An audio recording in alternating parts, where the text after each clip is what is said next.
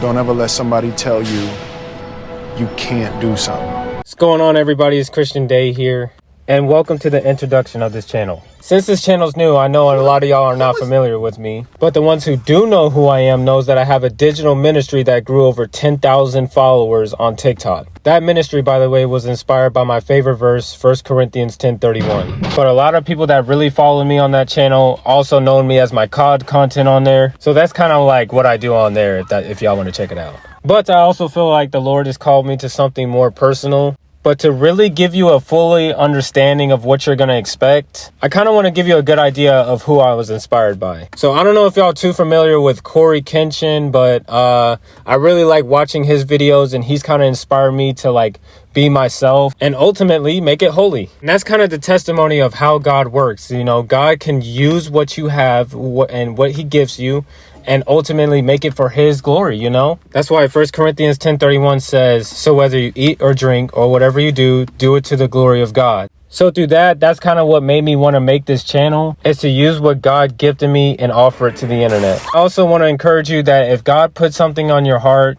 go out and do it. I'm literally doing this out of a leap of faith, not realizing what I'm getting into, you know, how many views or whatever. All that is, you know, perishable.